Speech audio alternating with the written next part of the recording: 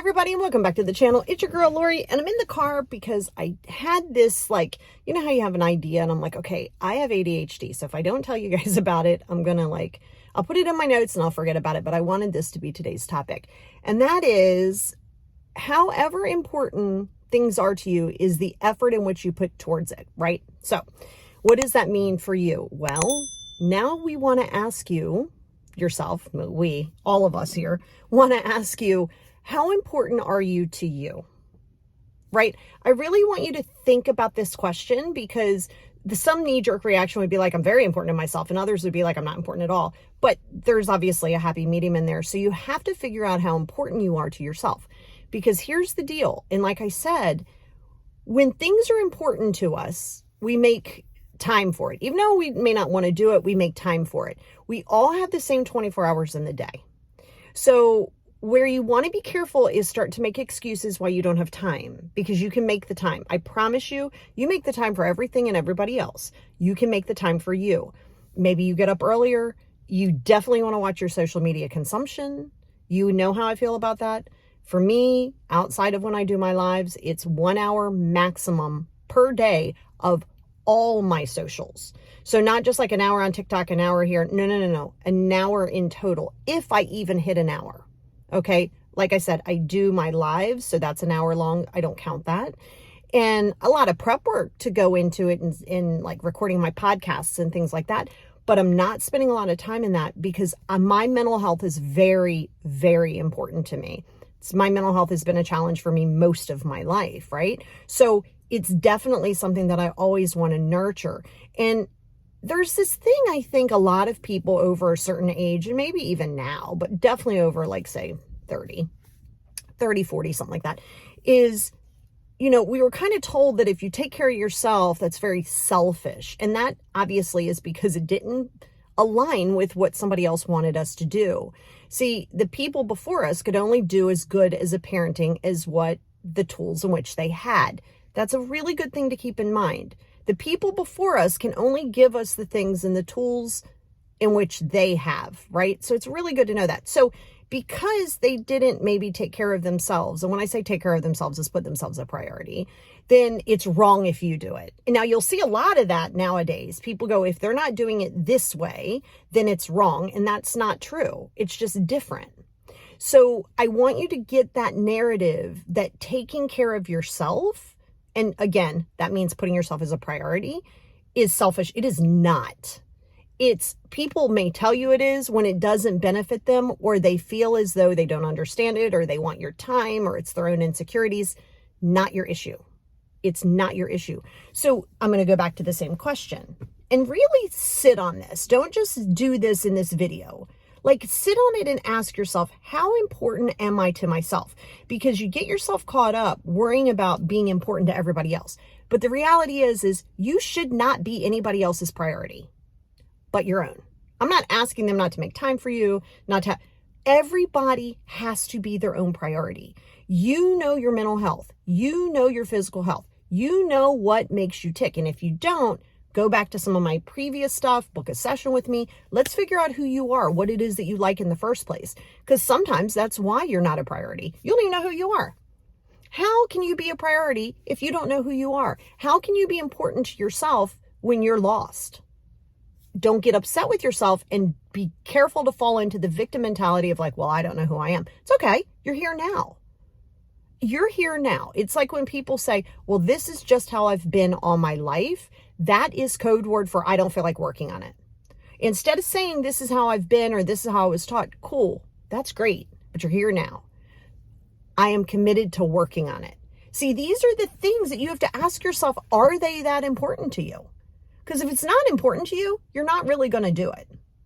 And when you're doing your healing and you're doing your self-love and you're putting yourself as a priority and you're validating who you are, the only thing that you have to be clear on is what makes you tick. Yes, be compassionate to everybody else. My God, yes. But compassion always is for self first. You have to be compassionate of yourself. Everything else becomes secondary. And all of the relationships around you benefit from you being your own priority, because then you're not walking around codependent. You're not walking around angry. You're not walking around with expectations, and your relationships are better. And especially if you have younger children, they're seeing you put yourself as a priority. They don't have to understand it in the beginning, but what they see is it's important that each individual protects their peace. In turn, this now gives them the lesson that it's okay for them to do that. So they're not going forward in their relationships and becoming codependent. You see? So instead of thinking, if I put myself first, it's selfish, go ahead and keep depleting your empty cup. Keep giving to everybody else left and right. Keep doing that, and you're going to feel lonely. You're going to feel I said lonely. I didn't say alone. Lonely, isolated, angry, codependent, reliant. No, because when you're a priority, you know how you want to be treated for self. In turn, that also helps you establish boundaries. It helps you establish so many different things. And again, your relationships become healthier. Now, you may minimize those relationships, meaning you're not going to have 8,000 of those relationships because it's just not going to serve your purpose.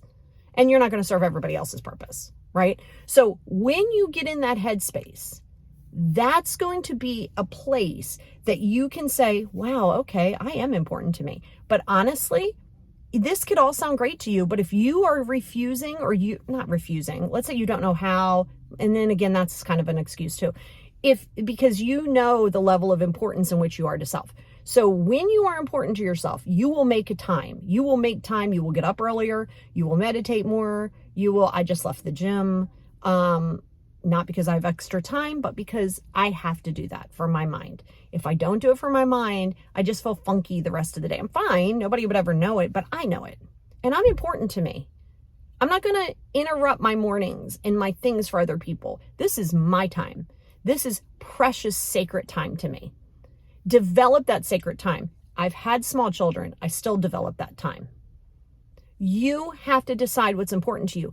Don't scroll on social media and then tell me you have no time.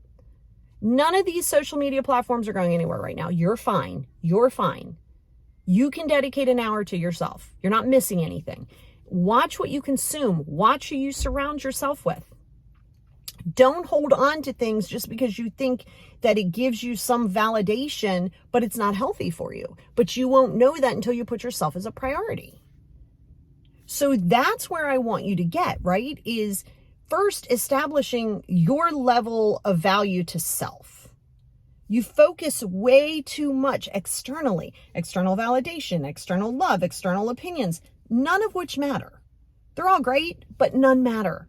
You don't need that to flourish. You do not need that to flourish.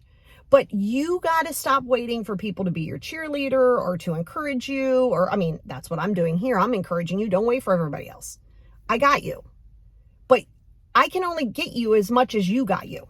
I'm not a magic worker. Well, I kind of am. But I'm not a miracle worker in the aspect of making you feel better about yourself. I'm here to help unbox some of those belief systems that you shouldn't be a priority. Wrong. I'm going to hold space for you so you have a space to put yourself as importance. Because remember, if it's considered important to you, you'll do it. We all do this. If something around the house is not important to me, that is going to be the last thing that I do. Now, not so much anymore, because what I personally do is I try to face the things that I want to do the least and the least excited about doing, and I do those first. Right? Because years ago, somebody told me the difference between successful, whatever that means to you, and unsuccessful people is the people who are successful do the things that you don't want to do, and they do them first. So in my brain, I'm like, well, I want to be that person because I'm important for that, for myself. So I do the things that I don't want to do first. The things that you want to do, easy peasy. You get no special bells and whistles and applause because you're doing something that you want to do. Duh.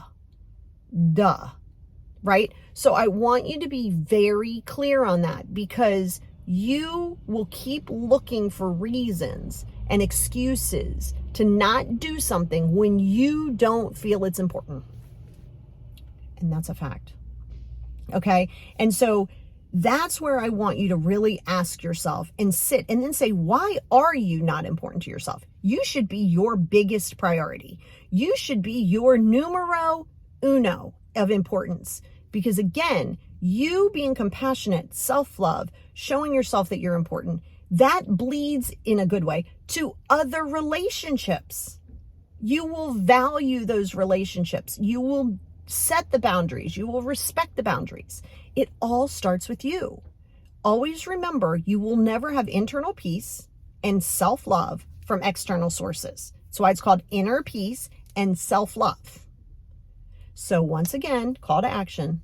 How important are you to yourself? And what are you going to do to show yourself how important you really are?